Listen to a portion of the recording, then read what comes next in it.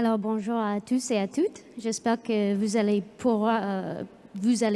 me comprendre derrière mon masque et aussi derrière mon accent, puisque pendant les 10 minutes qui suivent, je vous parlerai de ma thèse de doctorat en cours intitulée El-Nezak Lycée, étude globale d'un site méso-byzantin en Cappadoce. La Cappadoce est une région au centre de l'actuelle Turquie qui est caractérisée par ses rochers avec des formes improbables, comme des cônes et des cheminées de feu que vous apercevez sur l'écran. Lorsqu'on y est, d'abord, on est déjà inondé par des teintes naturelles de jaune, rose, blanc et vert. Mais ensuite, quand on commence à explorer de près, on aperçoit une multitude d'ouvertures dans les rochers qui donnent accès à un monde humain qui sont en train d'évoluer depuis des siècles. L'église que j'étudie, El-Nezak Lycée, qui peut être traduite du turc comme l'église de mauvais ail, se trouve derrière une de ces ouvertures. El-Nezak Lycée est une entre des centaines d'autres églises qui ont été creusées dans l'intérieur d'un rocher et elle peut être datée du Xe siècle pendant l'Empire byzantin. Alors, l'empire que nous appelons aujourd'hui l'Empire byzantin était en réalité la continuation de l'Empire romain entre le IVe et le XVe siècle. Les frontières de la territoire changeaient assez fréquemment, mais elles pourraient inclure des endroits du nord de l'Afrique jusqu'au Balkan, de l'actuelle Italie jusqu'à la Terre Sainte et même de la péninsule ibérique jusqu'à l'Arménie. Mais son capitale se trouvait toujours à Constantinople, qui est mieux connue aujourd'hui comme Istanbul. C'était une période marquée par des avancements militaires, technologiques et même artistiques, entre autres, mais la Cappadoce en Turquie était surtout connue pour son rôle dans la modélisation initiale de la théologie chrétienne et le monachisme orthodoxe. Elle était déjà évangélisée pendant le 1er siècle après Jésus-Christ par l'apôtre Paul, mais des siècles plus tard, surtout pendant le Xe et le XIe siècle, elle serait peuplée par des moines qui ont creusé des églises et des cellules d'habitation dans les rochers. Or, en plus de ces rochers monastiques et ecclésiastiques, il existe d'autres espaces qui montrent qu'il y avait une population plus mixte, y compris des personnes laïques et même aristocratiques. Pourtant, notre connaissance de ces personnes impliquées par ces édifices est on ne connaît pas beaucoup, puisque les sources textuelles qui en documentent leur patrimoine sont quasiment inexistantes. Par conséquent, la majorité de notre connaissance de ces édifices proviennent de la matérialité même. C'est mon intention aujourd'hui, donc, d'utiliser El-Nezak Lycée comme un cas d'étude pour vous montrer comment on peut employer des techniques d'histoire de l'art et d'archéologie pour mieux comprendre les personnes et les communautés d'une telle région.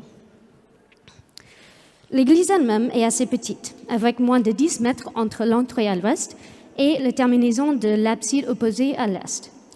Dans la coupole est peinte une représentation du Christ dans son ascension, et dans le reste de l'église, il figure d'autres représentations d'autres parties de la vie du Christ et des portraits des saintes diverses. Son décor est souvent catégorisé comme provincial et modeste, mais il y a plusieurs éléments dans l'église qui montrent qu'elle a été sûrement importante dans le développement de l'architecture et des décorations cappadociennes. À titre d'exemple, elle possède une des premières coupoles dans la région, et cette coupole a permis un changement dans l'organisation du programme iconographique par rapport aux autres églises méso-byzantines dans la région. Ici, le Christ, qui est habituellement présent dans l'abside ou la sanctuaire, est déjà présent dans la coupole, donnant la place à l'abside à la Vierge. La Vierge était assez grande dans les absides dans la capitale, en Constantinople, mais elle demeure inusitée dans les absides cappadociennes. Désolée, en fait, j'arrive pas à respirer avec ce masque. Je sais si vous me permettez de... Ok. Donc, elle demeure inusitée dans les absides cappadociennes. Et donc, voilà, excusez-moi.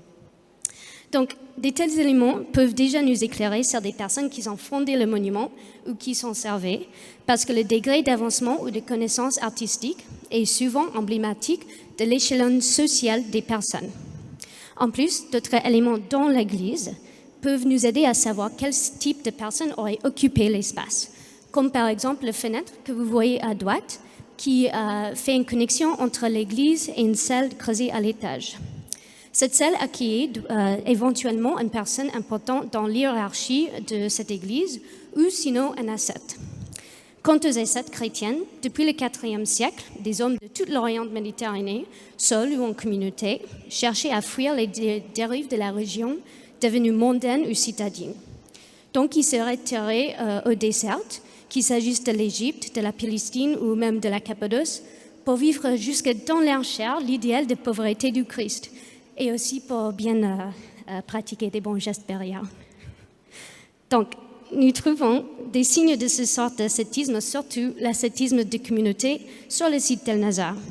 Au préalable, juste derrière l'église, se trouve une réfectoire que vous voyez en haut de l'écran et sa cuisine que vous voyez juste en bas. Le réfectoire était un des endroits les plus essentiels pour les communautés monastiques, puisque c'était ici où les moines se rassemblaient pour partager des repas ou pour participer à d'autres activités communales. Ensuite, pour continuer dans ce thème monastique, on saisit la colonne stylite qui est à gauche de l'écran. Un stylite était un moine qui pratiquait une sorte d'ascétisme qui était initié par saint Simeon Stylite. En Syrie, pendant le 5e siècle, Simeon passait la majorité de sa vie au sommet des très hautes colonnes étroites, d'où vient le nom stylite, un dérivé du mot grec pour un pilier. En haut, il y avait très peu d'espace pour vivre, afin de mieux exercer un ascétisme très strict et pour approcher le ciel au même temps. Il y a même un épisode où Simeon s'assoit sur ses pieds pendant 1 an complet, un acte inspiré par la recherche de mortification de son corps, provoquant une gangrène qui était tellement forte que les personnes en bas avaient du mal à s'approcher vers la colonne en raison d'une mauvaise odeur. Alors, en Cappadoce, on ne retrouve pas des piliers construits comme ceux de Simeon, mais on rencontre des indices de stylitisme dans les rochers avec des formes approximativement cylindriques et avec des cellules d'habitation creusées vers le haut. Ceci semble être le cas à El-Nazar. Il y a également d'autres cellules creusées dans les rochers entourant la colonne, comme celle du droite sur l'écran. Et ces espaces nous montrent que la colonne agissait éventuellement comme catalyseur pour l'activité sur le site, car les moines stylites attiraient souvent d'autres personnes, qu'ils soient moines ou pas, qui espéraient être guidées par le saint-homme. Alors, jusqu'ici, nous avons parlé des espaces probablement monastiques, mais il se retrouve également des éléments séculaires sur le site. Premièrement, le complexe domestique, que vous voyez à gauche et en bas, qui consiste en plusieurs salles d'habitation et cérémonielles, ainsi qu'une cuisine équipée d'un grand four. À travers la cour devant ce complexe domestique et en haut de l'écran, il y a également une écurie sculptée d'une manière très raffinée et avec une entrée encore plus élaborée que celle du complexe juste en face. Cette écurie est précieuse pour notre compréhension du complexe parce que les chevaux étaient des animaux chers à élever et les décorations montrent qu'ils n'étaient pas des simples bêtes agricoles, mais des animaux de luxe. C'est un des éléments du complexe domestique qui nous aide à le catégoriser comme laïque, voire aristocratique et non monastique. En plus de l'écurie, l'inclusion de la cuisine nous aide à comprendre qu'il y avait une séparation avec les espaces monastiques. Vous vous souvenez que le réfectoire est équipé déjà de sa propre cuisine, révélant que les repas étaient préparés dans les 2 espaces différents. Enfin, en plus de ces espaces monastiques et laïques, il existe des espaces agricoles. Et j'ai plein de choses à dire, mais en fait, j'ai pas assez de temps. Mais vous pouvez me demander des questions après, si vous avez envie. Mais pour résumer très brièvement, ce que nous pouvons apprendre à partir du travail effectué dans l'église et autour, sans avoir aucune mention textuelle de l'édifice, nous pouvons reconstituer que l'église d'El-Nazar était éventuellement le travail d'une équipe très sophistiquée et qu'elle était au centre d'une communauté comprise des habitants monastiques ainsi que des personnes laïques. Les différentes catégories d'espaces, monastiques, aristocratiques et agricoles, introduisent de nombreuses questions intéressantes. Quel était le rapport entre les différentes catégories de personnes? Est-ce qu'ils ont tous bénéficié des espaces communs, comme les espaces agricoles et surtout l'Église? Et comment est-ce que nous pouvons être sûrs qu'ils étaient utilisés pendant la même époque? Le rapport entre les moines et les laïcs en Cappadoce pendant l'époque byzantine n'est pas quelque chose sur lequel on peut se renseigner depuis les textes historiques. de même que le rapport entre les habitants et les édifices. Donc, il est notre travail, en tant qu'historien de l'art ou archéologue, de voir ce que nous pouvons apprendre depuis les monuments eux-mêmes. Merci pour votre attention.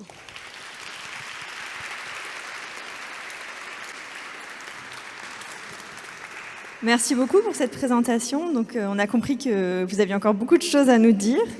Alors, est-ce que certains d'entre vous ont des questions à adresser à Elisabeth Zangui? Oui. Alors, je vais vous écouter, je vais répéter votre question au micro. Ou même je vous tends le micro. Je voulais savoir dans quel style on pouvait ranger cette église. S'il y a un style particulier, c'était avant le style roman, j'imagine bien. Est-ce que ce style est connu? Est-ce qu'il y a d'autres églises du même style? Oui, c'est un style byzantin d'abord, mais l'époque byzantine est plus que 1000 ans. Donc c'est vrai qu'il y a beaucoup de catégories de styles. Ici, on va dire que c'est une église archaïque cappadocienne. C'est-à-dire une église qui a été peinte entre le 9e et le 10e siècle en général. Donc, si vous voulez voir le même sorte de style, vous pouvez regarder d'autres églises du 10e, surtout en Cappadoce. Merci pour votre question. Est-ce qu'il y a d'autres questions que vous avez envie de poser sur cette église, sur ce site? N'hésitez pas, hein. Je sais que c'est intimidant de prendre la parole devant tout le monde. Oui? Je vais vous tendre le micro aussi. Oui, bonjour. Moi, c'est plus une question sur votre démarche de recherche. Sur un sujet comme ça, quelle part de votre temps vous passez sur le terrain, sur le site lui-même, et quelle part vous passez en études documentaires? Oui, c'est une très bonne question. Donc, j'ai déjà passé plusieurs terrains là-bas avec l'église et les autres places autour. Mais on va quand même utiliser beaucoup de textes historiques pour parler de l'histoire de la région, pour regarder les habitudes des moines de cette époque et faire beaucoup de comparaisons. Donc voilà, je ne sais pas si... Merci beaucoup. Et comme on comprend qu'il y a peu d'éléments sur ce site, un peu d'éléments dans les sources, est-ce qu'il y a eu des campagnes de fouilles? Non, ça c'est une partie très compliquée pour toutes les études cappadociennes. Il n'y en avait jamais de feuilles pour des endroits byzantines. Donc tout ce qu'on peut faire, c'est faire des relevés, prendre des photos, faire des analyses de l'architecture, de l'histoire de l'art. Mais c'est vrai que ce serait très très bien d'avoir des fouilles, mais pour l'instant, on n'a pas eu des permis. Je viens vers vous pour une autre question. Donc là, vous avez une démarche où vous essayez de trouver des informations, comme vous venez de le dire, sans les documents eux-mêmes, mais en essayant d'interpréter les signes qui sont dans l'architecture. Est-ce qu'il y a eu d'autres démarches similaires qui ont essayé de comparer les résultats qu'on pouvait obtenir sur cette lecture de l'architecture et leur justesse par rapport à la lecture de documents existants? C'est un peu ce qui se passe avec pas toutes les recherches cappadociennes, mais avec des recherches récentes. C'est une démarche qui est assez normale pour les espaces comme ça où on n'a pas du tout des documents qui en documentent. Déjà, les archives byzantines sont pas du tout comparables aux archives médiévales de l'Occident. Donc, on est un peu habitué de faire vraiment beaucoup de recherches sur le site et puis utiliser toutes les sources qu'on peut parce qu'il n'en reste pas énormément. Pour quelque chose particulier, genre un exemple, je devrais réfléchir et puis dire ça peut-être après. Merci. Est-ce que vous avez encore une question? Oui? Non? Derrière moi, d'accord. Alors, je me rapproche de vous à nouveau. Alors, je voulais savoir également si cette église avait fait l'objet d'une restauration ou si elle allait en faire l'objet et quelle avait été à peu près la date et ce qui avait changé après la restauration. Oui, très bonne question. Il y avait une très grande restauration pendant les années 80. Il y avait un énorme trou dans l'église qui a été rempli par le béton des années 80. Ça n'a pas énormément changé l'église parce qu'avant tout était déjà perdu qui était dans cet endroit. Mais c'est vrai que c'est peu moins joli maintenant, si je me permets. Mais des restaurations, c'est quelque chose qu'il faut vraiment garder dans la tête quand on est en train de faire des recherches. Donc, c'est une très bonne question. Merci. Alors, je vois encore une autre question. Je vais venir vous tendre le micro. Oui, bonjour. Ma question, c'est comment et pourquoi vous avez été amené à étudier cette église Quelles sont les raisons pour lesquelles vous avez choisi ce sujet-là et pas un autre? Oui, c'est une question que j'ai souvent, parce que je ne suis même pas orthodoxe ou turque.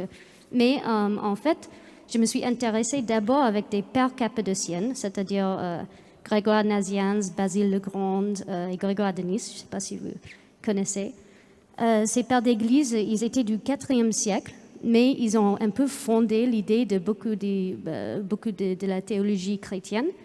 Et je voulais faire de l'histoire de l'art et j'aimais beaucoup ces théologiens, donc j'essaie de faire quelque chose qui pourrait ressembler les deux. Et je suis allée là-bas et ça, c'était la seule église où j'avais le droit de prendre des photos. Quand je suis allée au premier pas, quand j'étais toujours petite étudiante en licence. Et je voyais qu'il y avait beaucoup de travail à faire. Donc j'ai continué jusqu'à aujourd'hui. Je suis toujours à la même église. Une dernière question? Non? Alors, je pense qu'on peut applaudir Elisabeth Zangil. Alors, merci pour cette présentation.